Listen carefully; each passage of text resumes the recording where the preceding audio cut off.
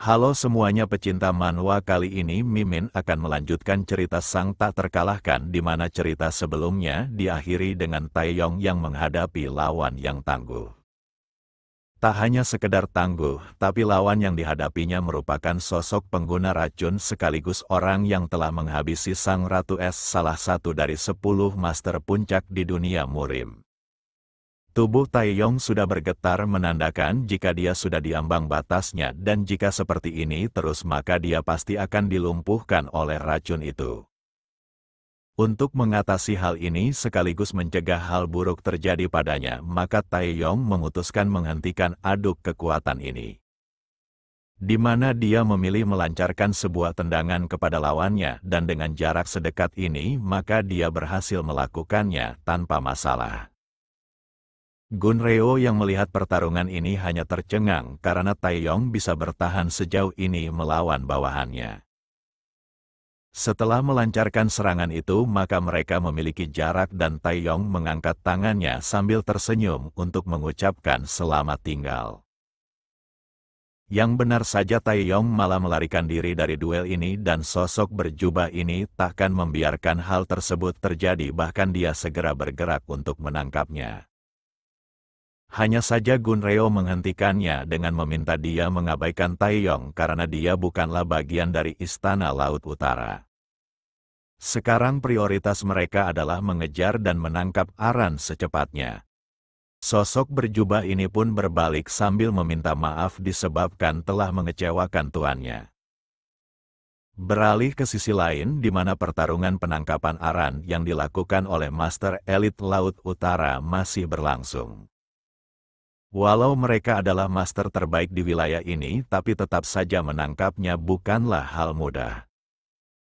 Aran adalah murid dari Sang Ratu Es yang terdahulu, sehingga dia lawan yang merepotkan, tapi kali ini mereka menyerang secara bersamaan untuk menangkapnya. Di sisi lain, Kang Seon yang melihat cara kotor seperti itu mulai murka dengan ingin ikut campur.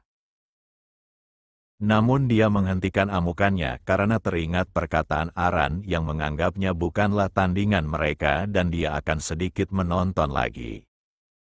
Kini Aran berada di situasi yang cukup sulit di mana tiap musuh menyerang dari semua sisi. Mereka benar-benar tidak peduli pada kehormatan seorang pejuang dan hanya fokus untuk menangkapnya saja, baik hidup maupun mati. Saat Aran ingin menghindar, maka salah satu dari mereka menangkap tangannya, hingga membuatnya tak bisa melarikan diri lagi. Sementara itu tangan Aran yang satu diatasi oleh pria ini dengan mencoba memblokirnya, tapi situasinya cukup sulit disebabkan Aran sudah menggunakan kekuatannya. Pria ini mencoba untuk menahannya, tapi dia takkan bertahan lebih lama lagi. Lalu sebuah tendangan dari sisi yang berbeda mengenai kaki Aran untuk menjatuhkannya. Dalam waktu singkat Aran bertekuk lutut dan dengan ini maka dia telah dikalahkan karena tak bisa melarikan diri lagi. Orang yang melakukan tendangan itu meminta maaf karena mereka harus melakukannya dan Aran terlihat sudah tak berdaya lagi. Orang itu menggunakan cakar yang ada di tangannya dan segera mengarahkannya kepada Aran. Gadis ini dipenuhi rasa kesal, tapi dia sudah tak bisa melakukan apapun lagi. Lalu hal mengejutkan terjadi di mana cahayanya tiba-tiba saja memenuhi tempat tersebut.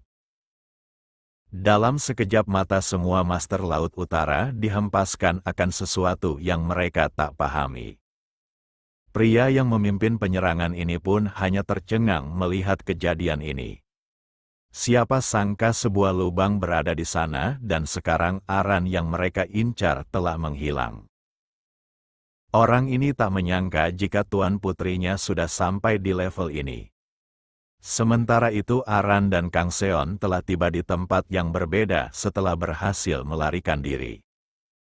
Sambil tersenyum Kang Seon menanyakan apakah Aran terluka karena dia sudah melawan banyak master bela diri.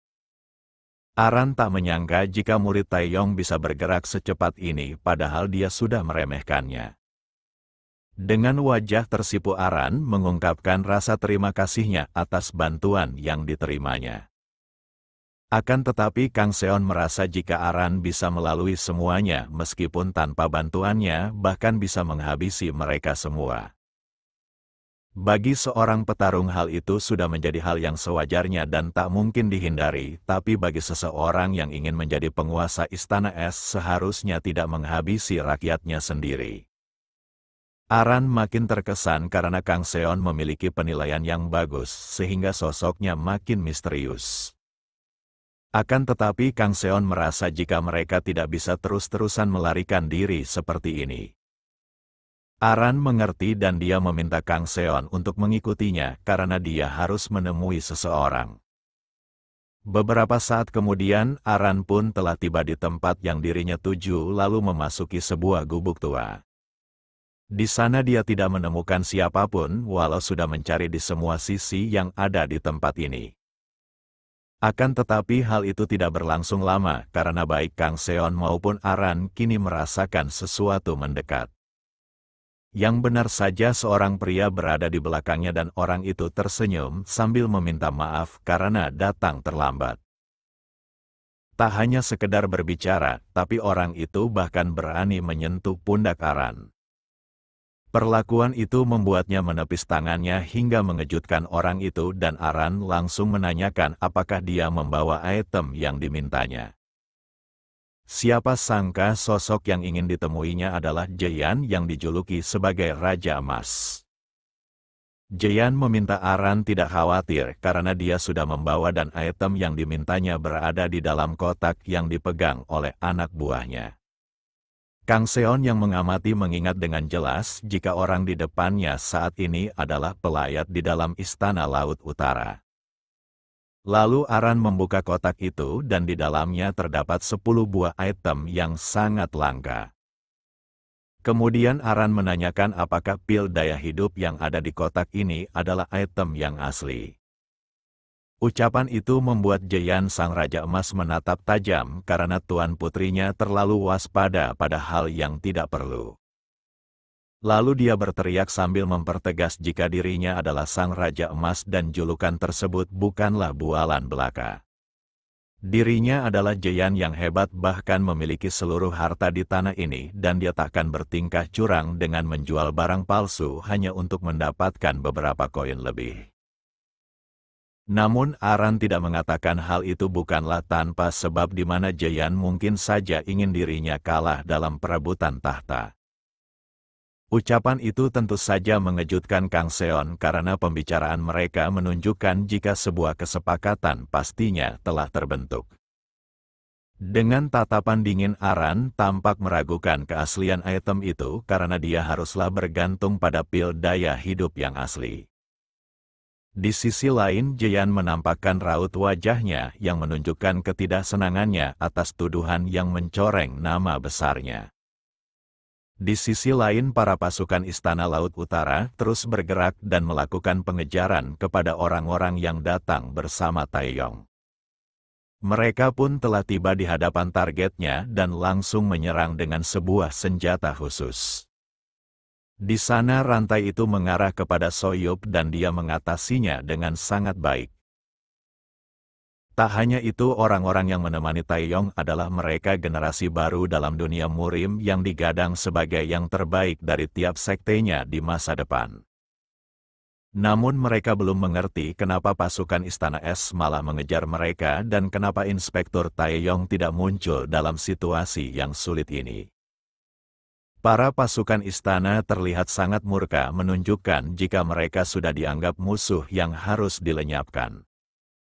Petinggi dari Istana Es yang melakukan pengejaran itu menegaskan jika tak ada lagi tempat untuk melarikan diri dan mereka dihabisi.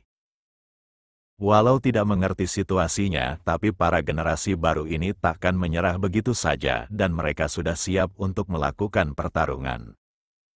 Tanpa basa-basi lagi sosok ini menyerang dengan tangan es miliknya.